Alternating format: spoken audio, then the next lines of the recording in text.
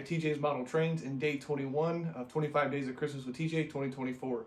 So yesterday we did continue on with steam, and we took a look at one of the smaller, more interesting little engines of the collection. Like I said, its sole purpose was to be used for boards and a donor, and it turned out to have a second life and has been continuing on going great. And as you would expect, we are continuing on with steam, and we're going to take a look at two. One that's actually new for the series this year, not new to the collection, and one that is a repeat and one of the favorites of the collection. And they're pulling a pretty cool train of colorful things, if you will, a little different for me. I know I'm more drab and weathered, but it's the one train that I have that's pretty colorful and unique and fun. Hope you guys are having your a good weekend. Hopefully many of you are on vacation now or doing last minute Christmas shopping. Dad and I actually did some train shopping today, went to a train show, so that was fun. But we will see y'all tomorrow for day 22.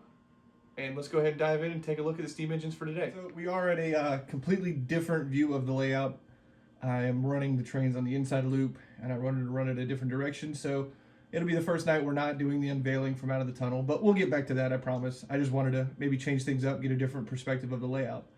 But like I said, the lead engine of this is not new to the collection, but is new to the series. The second engine is a repeat and one of the all-time favorites of the collection. So we'll go ahead and fire these up and pull them forward.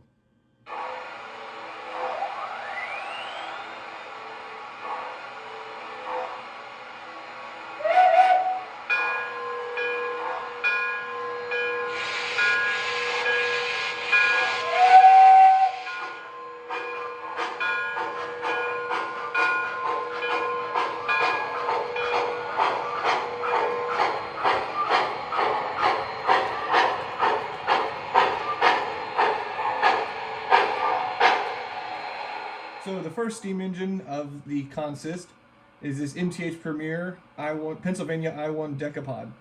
This engine was actually a joint Christmas gift for my dad and I from my grandparents probably 20 some years ago. And obviously I didn't have a layout. My dad and I shared a layout when I was younger. So it was his or ours, but he was the one that maintained it and kept up with it.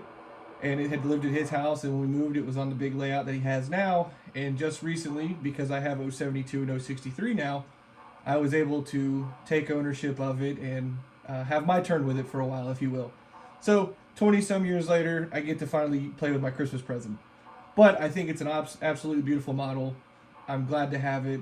These larger long haul tenders are just really fun to run, give a little bit more interest into the steam engines, and you just can't hate on a good old MTH Premier steam engine. Good sounds. Love the whistle on these Pennsylvanias. I just think they're awesome. But it does have a steam engine trailing, so let's pull it forward and talk about that one. Is one of my holy grail items. It is my MTH Premier Pennsylvania L1 Mikado number 520.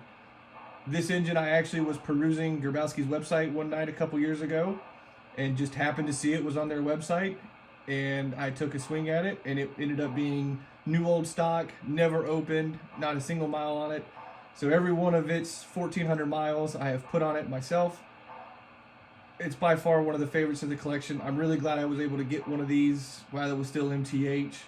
And being that it is 520, this is the Mikado that is at the Pennsylvania Railroad Museum in Strasburg, Pennsylvania. So I do have a little bit of a theme with those steam engines. This is one that I will never get rid of, and I will cherish it forever. Another side note to this, Big Train Hawaii, or my buddy Eric, actually at the same time, on the same website, I found a short tender I1 Decapod, and he bought that one at the same time I bought the L1 Mikado.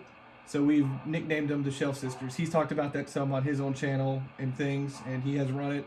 So it is kind of cool to say that we got these new old stock engines at the same time, and that's why we called them the Shelf Sisters. What these will be hauling, as I said, is my more colorful train, is my collection of MTH and Atlas 36 and 40-foot woodside reefers, or billboard reefers, many people call them. These reefers kind of started with me through my grandfather. He's really big into the reefers, and when I was a kid and we were out in the Pacific Northwest, we actually went to Peterson Supply in person, and I actually picked out my first reefer. It is a Northwestern refrigerator line. It was a custom run, limited edition, whatever you want to call it, and I cherish it. It's one of the coolest things from my childhood. It was my first really big, crazy scale piece of rolling stock. So that all these cars kind of stem from there. Several of the reefers I did get from my grandfather. So yes, this isn't my typical super fancy weathered train. I don't plan on weathering these. I just think these are fun to run around the layout. So let's go ahead and get these things fired up, volume up rather, and get them running around the layout.